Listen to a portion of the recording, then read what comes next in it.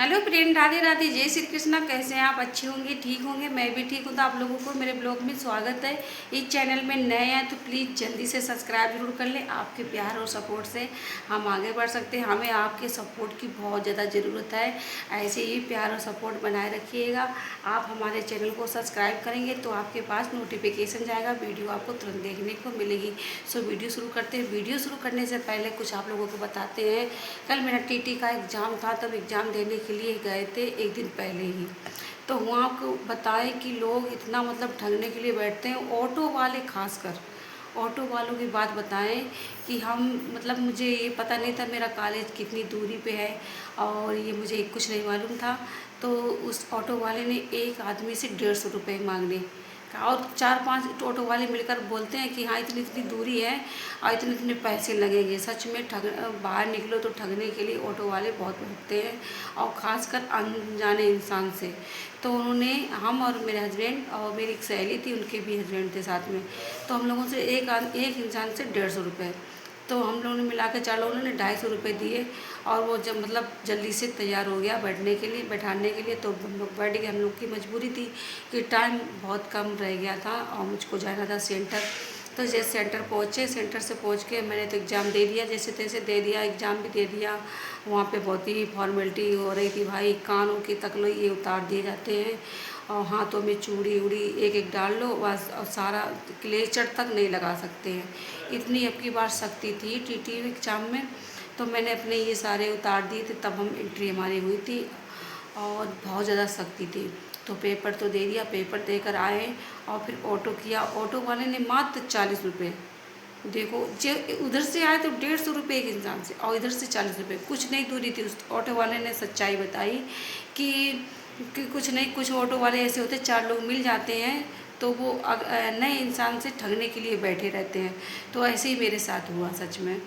तो ऑटो वाले ने बताया कि चलो, हमने सोच लिया चलो कोई बात नहीं, एक बार ले लिया तो दूसरी बार थोड़ा ले पाएगा।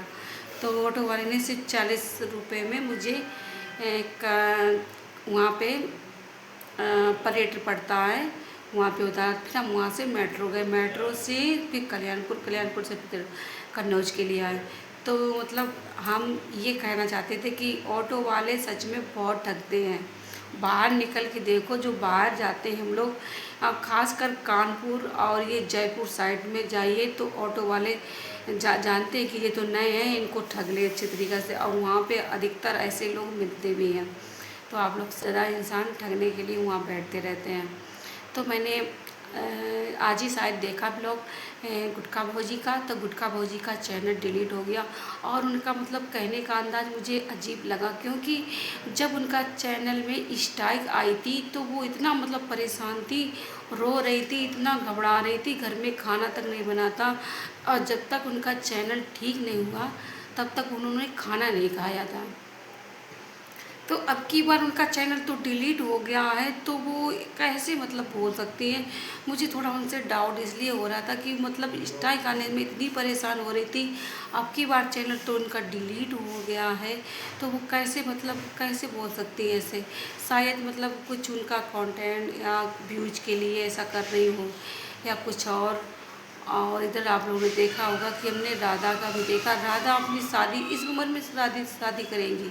वो भी, उनके 3 बच्चे थे ऑलरेडी, 2 लड़के 1 लड़की। रश्मि, एक लड़की का नाम था रश्मि और लड़के का नाम था चले संजीव ना, ऐसे कुछ नाम था। तो इनकी फैमिली तो थी।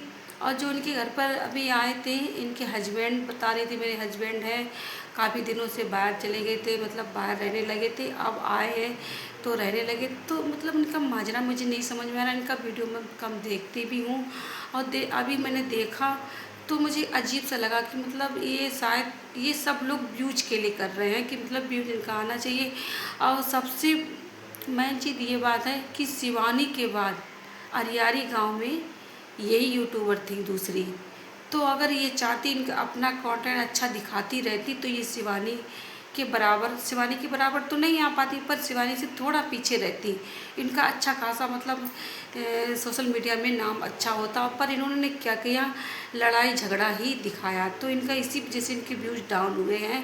और अरियारी गांव में दूसरी यूट्यूबर राधा देवी ही थी, रश्मि इसमी वगैरह हम इनके ब्लॉग देखते थे, रश्मि भी बनाती थी, इनकी बेटी थी, बेटी इनकी ख़त्म हो गई है, तो बहुत ज़्यादा मुझे उस टाइम बहुत ब्लॉग, शिवानी भी वहाँ पे गई थी और अच्छे खासे भी ये वीडियो बनाती थी, पर इनकी लड़ाई झगड़े की वजह से इनके व्यूज़ डाउन हो गए थे और शिवानी की टक्करी तो ये नहीं ले पाएंगी, पर हाँ ये शिवानी की दूसरे नंबर पर ये आ जाती।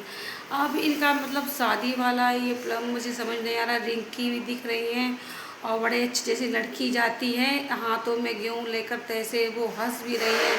मुझे ये लगता है कि ये शायद ये सब कुछ ड्रामा कर रही हैं, और ऐसे अगर ये ड्रामा कर रही है तो लास्ट में बता दिया करें कि ये सब मनोरंजन के लिए, कॉमेडी के लिए, तो लोग इनके बारे में गलत नहीं सोचें। पर ये कुछ बाद में बताती भी नहीं है और ऐसे ही वीडियो बना कर डाल दिया तो लोग इनके लिए गलत गलत कमेंट भी करते हैं, गलत फहमियाँ भी आ जाती हैं। इनको बताना चाहिए कि हम ये कॉमेडी के लिए ये कर रहे हैं। और रिंकी हंस रही है, अभी फ़िलहाल मैंने देखा दूसरे में, तो रिंकी और कौन एक लेडीज़ हैं, तो उनके साथ लड़ाई इतनी जोर जोर हो रही थी और फिर वही लोग सब मिलकर इनकी गोद भराई कर रहे, तो मुझे कुछ अजीब लग रहा। ये सब ड्रामा है या हकीकत, ये तो बाद में पता ही चलेगा।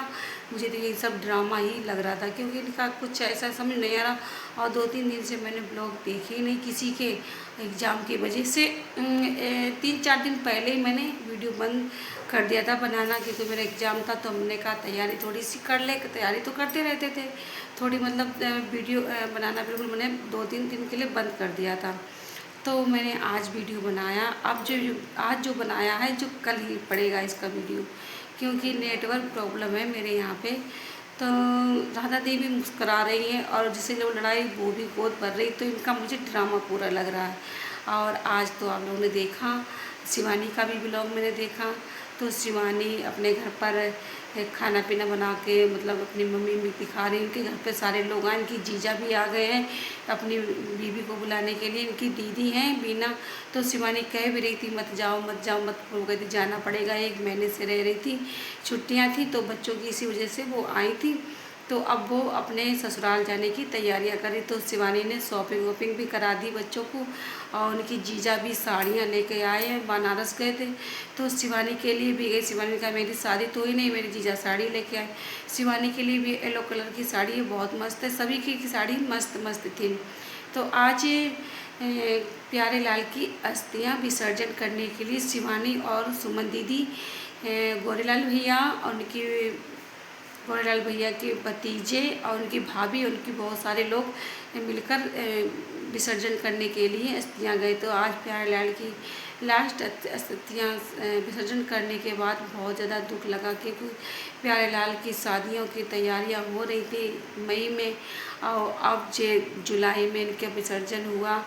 मतलब इनके घर वाले बिल्कुल टूट तो रहे। ये यादें कभी ज़िंदगी भर घाव नहीं इनका भरेगा, क्योंकि हमेशा ये बात याद बने रहेगी कि प्यारे लाल के कैसे कैसे मतलब ख़त्म हुए, कैसे नहीं। तो बहुत ही दुख लगता है। इनकी मम्मी तो बहुत ज़्यादा पल पल में रोने लगती है। माँ है, माँ को तो हमेशा बेटे की याद हमेशा ही रहती, चाहे कितनी भी खुशियाँ घर पर आ जाएं, और ये कमी तो हमेशा ज़िंदगी भर ही खलती रहेगी, क्योंकि बेटे जैसी चीज़ माँ को कहाँ ऐसी मिलती है। माँ की ममता ही अलग कुछ होती है। तो इसी वजह से उनकी मम्मी को बहुत ज़्यादा याद आ रही, तो शिवानी ने समझाया, और समझाने से क्या, थोड़ी देर समझ में आता तो इंसान दिल में जो होता है वो कतई भूलता नहीं है। और उनकी मम्मी तो बहुत ही ज़्यादा, मौसी और उनकी दोनों लोग बहनें तो बहुत ज़्यादा अपने बेटे को याद कर कर बहुत रो रही हैं। आज उनका विसर्जन करने के लिए सारे लोग गए। शिवानी ने ब्लॉग भी बनाया, उनके घर वाले ने भी बोला कि ब्लॉग बना लेना, क्योंकि ये यादें विसर्जन वाली हमेशा याद रहेंगी और देखते रहेंगे। तो कैसे कैसे मतलब विसर्जन किया गया था, तो दिया जाता है, रात को ही दिया जाता है। तो शिवानी, उनकी मम्मी, सारे लोग सब लोग गए थे। उनकी मम्मी नहीं, शिवानी की भाभी, गौरीलाल की भाभी, तो सभी लोग वहाँ पे गए और दिया दे दिया। तो दिया जलता हुआ दिया जाता है, आटा में मार के ऐसे गूंद के दिया जाता है। तो प्यारे लाल आज बिल्कुल ही मतलब उनका कोई नाम नहीं रहा, वो मिट्टी में मिल गए। तो शिवानी ने एक बात कहा कि ऐसे ही मृत्यु समझो सत्य है, मृत्यु किसी की ये नहीं है कि बुढ़ापा देखती जवानी देखती, जब उसको आना है तब वो आ ही जाएगी।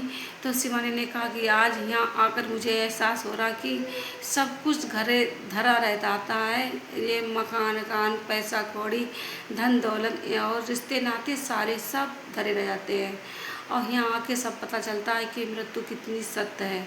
एक एक दिन ना एक दिन सभी को जाना है, यहाँ कोई नहीं बना रहेगा। पर ये लोग अपना बिराना ये करते रहते हैं। तो ये जब वहाँ पे घटिया घाट पे पहुँचते हैं तब याद आता कि हाँ ये सब सब कुछ धरा रह जाता, कुछ नहीं, सब आए खाली हाथ तो खाली हाथ ही जाना पड़ता है। तो शिवानी की ये बात मुझे बहुत सही लगी, और सत्य भी बोला है कि मृत्यु सत्य है, एक दिन आए दिन सभी को जाना है। तो आप लोगों का मेरा ब्लॉग कैसा लगा? अच्छा लगा हो तो लाइक शेयर कमेंट सब्सक्राइब जरूर कर लेना, और नेक्स्ट वीडियो के साथ फिर से आएंगे, तब के लिए बाय बाय।